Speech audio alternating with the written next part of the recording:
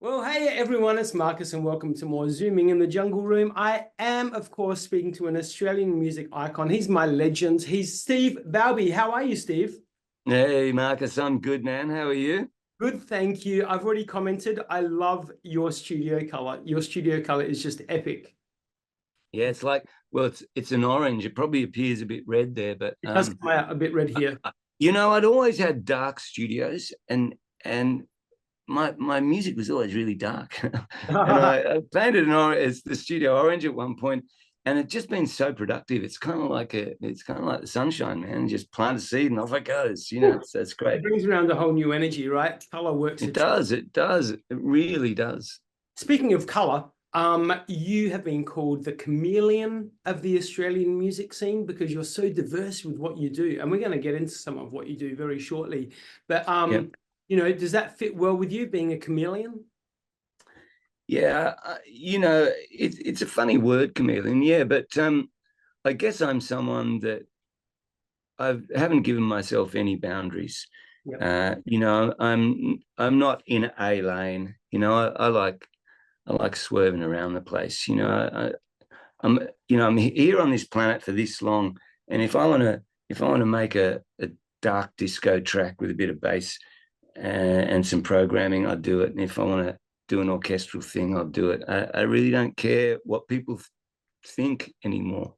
Yeah, good. You get to that point, don't you? And the sooner we get to that point in our lives where you do it for yourself, and if it brings one person joy, or if it brings 1,000 people joy, the difference is that you were doing it for yourself. That's what makes the point of art, I guess. Hey, Steve, let's talk about some of your collaborations because you are known for some pretty massive collaborations.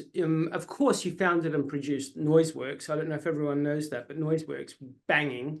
Andrew Farris of In Excess, you've worked with Jenny Morris, incredible artist. You formed the Electric Hippies. You've worked with Dave Gleason of the Screaming Jets. You worked with David Bowie on the album Hours. I mean, huge. And also on the soundtrack for Moulin Rouge, the iconic movie from Baz Luhrmann. I don't even know where to start. I do know where to start.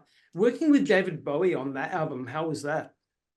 Well, that came from Moulin Rouge. It's funny because might as well. I just got out of rehab, right? And I'd fucked my life up so badly. And I got out of rehab, and here I was, this sort of kind of, down and out kind of rock dude. And I got a job laboring. I was digging holes, right? I did that for about a year, and then one time I'm digging this fucking hole, and I thought, "Fuck, I've got this gift. I'm a fucking songwriter. I'm an artist. That's what I do." I left that job, and I had a baby. I was terrified, but I had enough courage to leave that job and just see what happened. The very next day, I got a phone call from Baz Luhrmann's secretary. Said he'd heard my voice on something and wanted me to come and audition to sing on Moulin Rouge, which I did do. I walked into this studio. There was this dude there. I started singing. He kept me there for 6 hours, and I just kept singing. He said, "See you tomorrow." I went, "Okay." So, from digging holes, I let it go. I got this phone call. Next thing you know, and this dude happened to be a guy called Marius de Vries, who was a producer who produced Bjork, U2, done many Grammy Award. I didn't know, right? I didn't know. I was in my own fucking junkie world, for years. and anyway, I'm glad I didn't know because it was really casual relationship, I wasn't all thingo with working with Marius. Anyway, we got on so well, and I worked on the film for many months, and then David Bowie sent Marius some stuff to work on, and Marius invited me to collaborate and work on it with him. So one of the greatest moments, Marcus, is standing in the studio going, "Excuse me, Marius, can you turn David down the cans, please?" It's great. Did you actually have a good chat with him? Look, I didn't actually meet Bowie during those sessions, but I had met him before. Okay, yeah. Nice guy.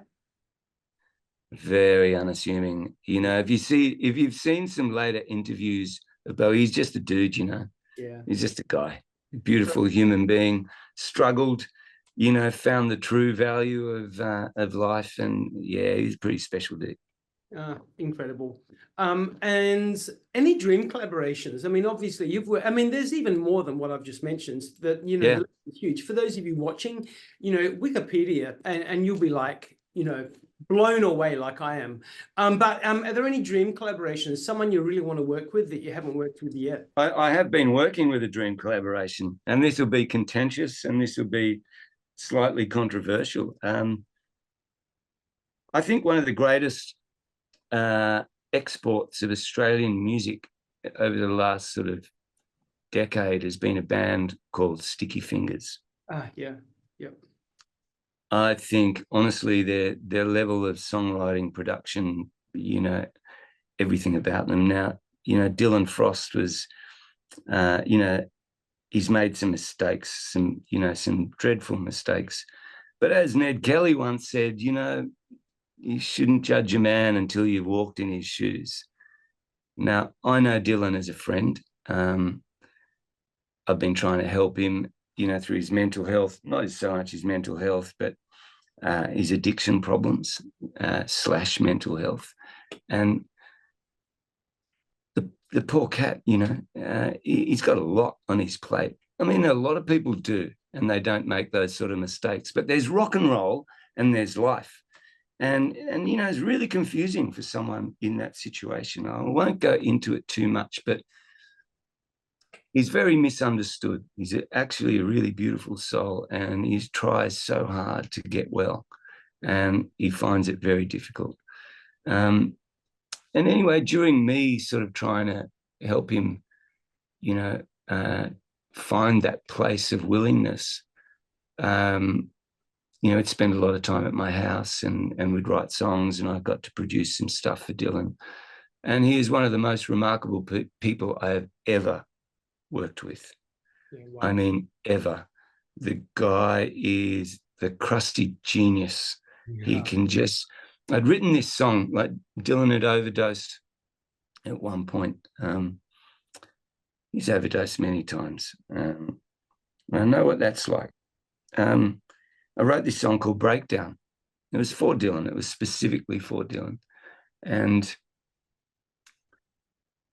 he came over to my house a few days later, and I played him the song. And he was very emotional about it. And I had this middle eight section that I hadn't sung on. And we were sitting there, and I said, "Hey man, do you want to answer me? It could be a cool thing to do." And he said, yeah. And he came in the studio, I set up a mic, and he sort of just sat there, you know. It's the first time I've ever heard him not fucking just blah, you know, some beautiful thing. And I hit record a couple of times, and it's one last time, and he sort of sat down right about here, actually, and I had a mic about up here, and he sort of sang this thing. And then I just said, "Look, man, let's just leave it, yeah? Let's just leave it. Let's go and have a cup of tea." And I came back to the song about 3 days later, and I pulled up what he'd done. And it is exactly verbatim on what is on Breakdown. Yeah, wow. One pass, no lyrics written, just sang it. It's fucking beautiful. Yeah, such an honor to have that moment, to have written a song about someone so serious and to have them respond so naturally and beautifully. Honestly, you know, those guys are one of my faves. I think they're just, you know, the rock and roll thing sort of like, you know, overshadowed their greatness. But hopefully they can keep going. I really hope they can, you know. Fingers and toes. I'm going to get onto your music very shortly, including obviously Breakdown, the album. But let's go back to when you were a child. Who were you listening to? Who inspired you musically? Yeah, well, it's the Beatles, man. Okay, yeah. And always been the Beatles. Like the Beatles were my foundation. Yeah. You know, I remember it was a song called Help. Now, the Beatles released Help, I think it was 1962, the year I was born. So it was on the cartoon that I really remembered it, the Beatles cartoon following the bouncing ball. Yeah. I just remember standing there at my cousin's place, thinking to myself, I want to be that guy. I want to be that guy. And it was John Lennon. I wanted to be him. Oh my God. And it's just always been there. But then I grew up, my folks, listened to a lot of Elvis, so that performance thing, I think I probably learned through him. And then I remember smoking pot for the first time on a cane chair, and it was the first time I discovered Hunky Dory, David Bowie. Yeah. Yeah. And then it all just went from there. And look at you now, Steve. Yeah, well, I'm alive, man. That's good. Whoop, whoop. That's a start. Hey, my friends, I mean, obviously you've worked on a lot of projects, not including the albums, your own albums, but what's one of your favorite projects you've worked on? It's very interesting. There's so many, man. I mean, there's a band I'm working on. It's funny, you always, the last song you've written seems to always be your favorite. And there's a band I'm working with at the moment, a band called Camino Gold, that I really love, and we're making some really great records, and I think they've got the goods to go, So, I'm really loving that. It's kind of like choosing between one of your children. It's like, I put my heart and soul into everything I do. I guess sometimes it turns out better for whatever reasons. But I just finished we've just finished a Hippies record, Electric Hippies record. Yep. I mean, that just to get back together with Justin after 26 years and for the collaboration to be as pure and spiritual as it always has been, and fun and funny and authentic. We don't converse over, oh, maybe you could hit that note, or maybe you should play that. If he's playing drums, just play whatever you want, man. I'll just play on top of that. And that's what we do to each other. Yeah. And we just make these records. So that was pretty special. That's right up there. Cool. Hey, let's zoom forward to 2013, where you brought out your debut solo album, which we've called, well, you know the name of it, but it was, of course, called Black Rainbow. Why did it take to 2013 for you to think, now's the time for my solo work? Yeah, well, it's funny. There's a song on that record. Why did it take so long? Yeah, I know. You see what I did? Yeah, I guess it describes the whole thing. I mean, but it's a fear thing. Yep. I knew I didn't have a voice like John Stevens. But I had to find the value in me, and be okay with who I was. And it's not just a musical thing. I think it's just in life. And I allowed myself to do a solo record. In fact, all the bands I'd had after the Electric Hippies were kind of solo records under the name of a band. I was this dogmatic dude writing songs and telling people what to do. That's no good. That's never going to work. So I just decided to put my name on it, take the credit, take the criticisms. Because I'm kind of I'm a master of none, but I can play a little bit of everything. I just decided to sort of, most of the time I do that myself. And not that I know other musicians are better players than me, but I just really enjoy the process. Yeah, I can tell. It absolutely comes out of you, 100%. I'm just talking to you. Hear the passion. Then, of course, you did the surreal, trippy album, Rainbow Black, which was just like banging. And then, of course, I think I know for sure album came out. My favorite, I got to tell you, I played this track over and over, but the track Wonderful, I don't know what it is about that track, but I resonate with that so strongly. Oh, that's so great, Marcus. Thank you. That's cool. Have you got a particular, like on that album, is there a particular is there a particular track that you really enjoy listening to? Once again, you know, I love them all for different reasons. I do love a song called what's it called? um, All I Own Is. Yeah, yeah. It started the record. You know, we hit COVID, and I was trapped inside my new holiday home, and it was unreal. You know, I loved COVID myself.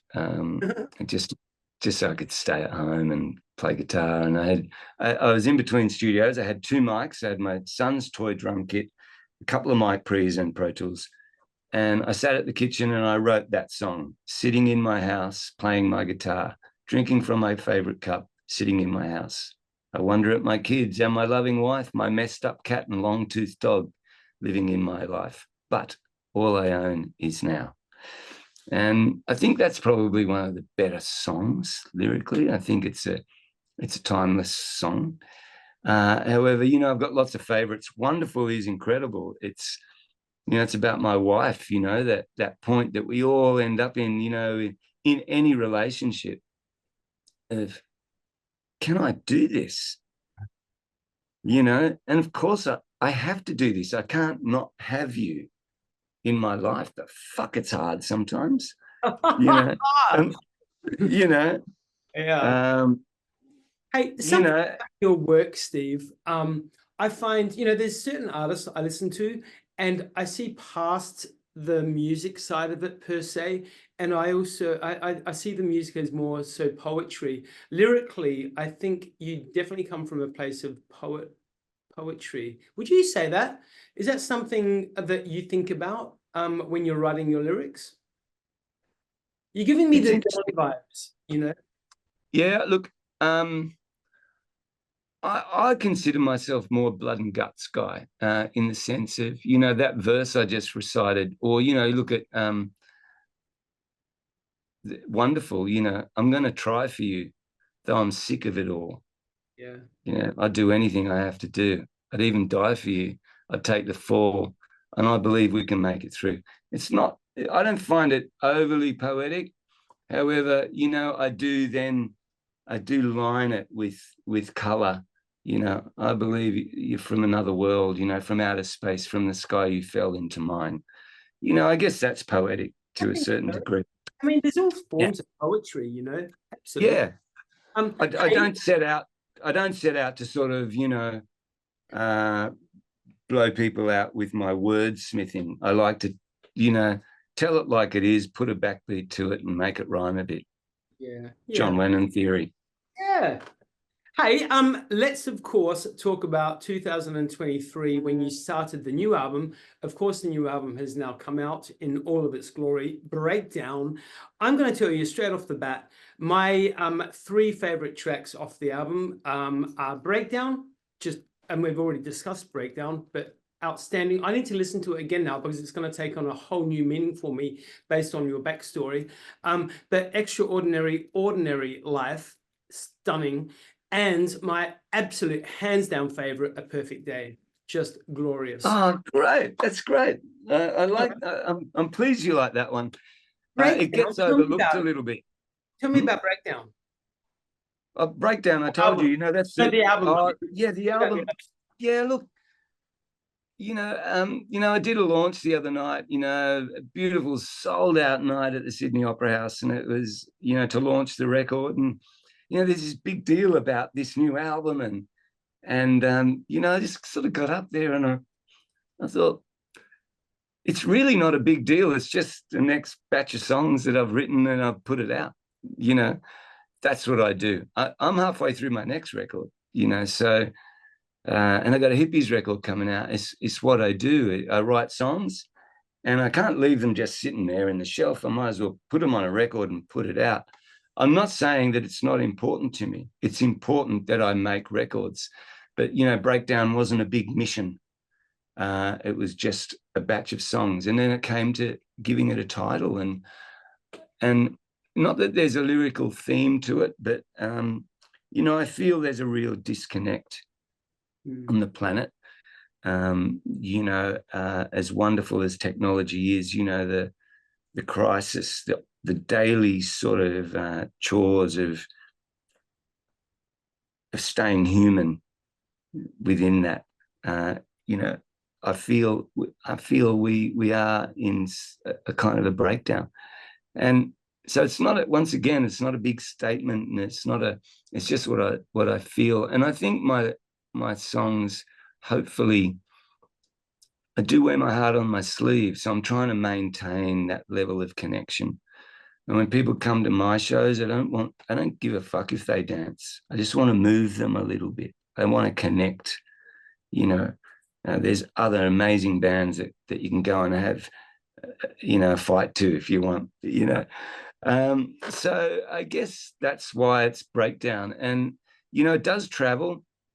It travels from sort of, you know, some program beats to sort of orchestral Beatlesque kind of stuff, you know. So I don't give myself any boundaries. I don't feel, I certainly, you know, I busted the box many years ago, and I just make the music that I'm feeling at the time. And it's more on quality than stylistic or any other reason that I will put a song out into the world, you know. Hey, I know there's talks of a Melbourne show coming up very soon. Is there plans also on an Australian tour? Yeah, well, look, I want to try to. I know there's Melbourne, Brizzy's in there, Gold Coast is in there. I desperately want to get to Adelaide. You know, it's hard for me to take the whole band, but I think even if I just turn up with my guitar, I think it'd be really nice to. I know I've got a lot of fans in Adelaide, and yeah, I've got to get down there. So yeah. Brilliant. Hey, just backtrack one little bit back to the album breakdown. I want to tell you as well. So I work as a graphic designer in one of my little gigs that I do. I wanted to say to you that the artwork for Breakdown is absolutely outstanding. Graphically, it's like aesthetically like grabbing me. Do you have much of a play in the design of the album cover? Yeah, look, once again, through Dylan Frost, introduced me to a guy called Ray Lolitoa. Wow, what a dude, man! You know, he's an artist, and you know, we work within our limitations of budget. You know, you're putting out a song every 6 weeks. You know, it's hard to keep on going. You know, money going through. I'm not Oasis, you know. I don't have billions of dollars, you know. I'm okay, don't worry about me. But you know, there's a reality to, you know, 0.003 cents a stream. You know, there's a financial sort of reality, and so Ray was working mainly digitally because we could afford to make changes quickly and easily. And well, nothing's easy, but we connected, man, once again. And it was a dream collaboration because I'd send Ray a song, Ray would send me a cover and a visualizer, and I'd go, fucking love it, thanks. Done deal. Yeah, and you would know, as a graphic designer, sometimes it's not that easy, right? As a producer, mixer, you get your mix notes, and you know, you're happy with that, you're happy with this, you know, and you change the shape of my eyebrow on that one. You know, it can get like that, right? Well, this was the opposite. I think I made one suggestion of a color. Nice. Once. Steve Balbi, you are a freaking legend. And like, seriously, if I don't hear of the Adelaide announcement for the show before your Melbourne gig, I'm coming to Melbourne 100% hands down to see you play. But I wish you all the best with this album, because it's absolutely, it's already a classic. I truly believe this is going to be a classic album. Thanks, man. Thank you so much. I am going to literally hang up from this video and put on Breakdown now, the actual song, the title track, and re-listen to it now that I'm a bit more educated in the workings behind it and the meaning behind it. So I just want to say thank you for your time. And I wish you all the success that you deserve. Oh, Markus, you're a special cat, man. Thanks for having me. Appreciate it. And we'll speak soon. Thanks, buddy. Good to be alive, man. Yeah.